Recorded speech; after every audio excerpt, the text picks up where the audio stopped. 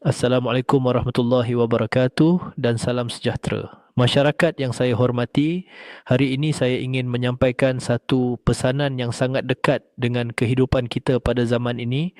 Media sosial dicipta untuk memudahkan komunikasi, tetapi tanpa sedar, ramai antara kita telah dikuasai oleh media sosial. Bangun pagi, telefon dicapai. Sebelum tidur, telefon masih di tangan. Makan bersama keluarga, mata masih tertumpu pada skrin. Inilah tandanya kita sedang menjadi hamba media sosial, bukan lagi penggunanya. Media sosial bukan masalah, tetapi cara kita menggunakannya yang menentukan kesannya. Apabila kita terlalu sibuk mengejar like, terlalu peduli pandangan orang dan terlalu membandingkan hidup kita dengan kehidupan orang lain, ketenangan hidup akan perlahan-lahan hilang. Ingatlah, apa yang dipaparkan di media sosial bukan gambaran sebenar kehidupan. Ia hanyalah potongan kecil yang dipilih dan disunting. Jangan biarkan ia membuat kita rasa tidak cukup, rasa rendah diri, atau rasa hidup kita tidak bermakna. Gunakan media sosial dengan bijak, ambil yang baik, tinggalkan yang buruk. Gunakan untuk belajar, berkongsi kebaikan dan menyebarkan ilmu, bukan untuk membuang masa, menyebar kebencian atau merosakkan emosi sendiri. Luangkan masa dengan keluarga, bercakap dengan anak-anak, dengar suara ibu bapa, nikmati dunia sebenar yang penuh nilai dan makna, bukan hanya dunia maya yang sementara.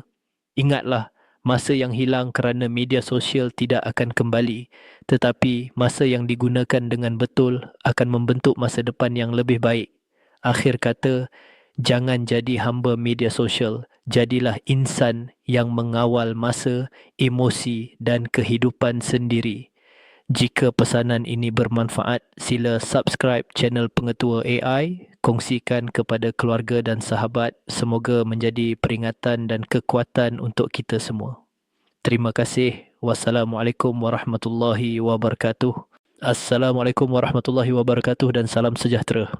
Masyarakat yang saya hormati, hari ini saya ingin menyampaikan satu pesanan yang sangat penting untuk kita semua, khususnya buat mereka yang sedang berjuang dalam kehidupan. Dalam perjalanan hidup, ada masanya kita rasa penat. Penat dengan kerja, penat dengan masalah, penat dengan tekanan dan penat kerana usaha yang seakan-akan belum membuahkan hasil. Ketahuilah, penat itu manusiawi. Ia bukan tanda kelemahan. Ia tanda bahawa kita sedang berusaha. Tetapi ada satu perkara yang perlu kita bezakan. Rehat dan berhenti bukan perkara yang sama. Rehat bermakna kita berhenti seketika untuk mengumpul tenaga, menenangkan emosi dan menyusun kembali langkah. Manakala berhenti bermakna kita menyerah kalah dan tidak mahu mencuba lagi.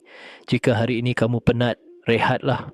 Tarik nafas, tenangkan fikiran dan kuatkan hati. Tetapi jangan berhenti berharap, jangan berhenti berusaha, jangan berhenti melangkah. Ingatlah, kejayaan tidak lahir dari perjalanan yang mudah. Ia lahir daripada ketekunan, kesabaran dan kecekalan. Orang yang berjaya bukan orang yang tidak pernah penat, tetapi orang yang tetap meneruskan langkah walaupun penat.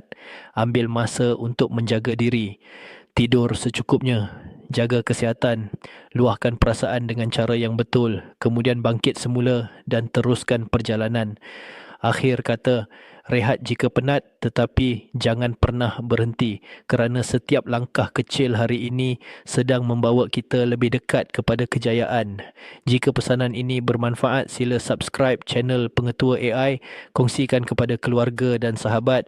Semoga menjadi peringatan dan kekuatan untuk kita semua. Terima kasih. Wassalamualaikum warahmatullahi wabarakatuh.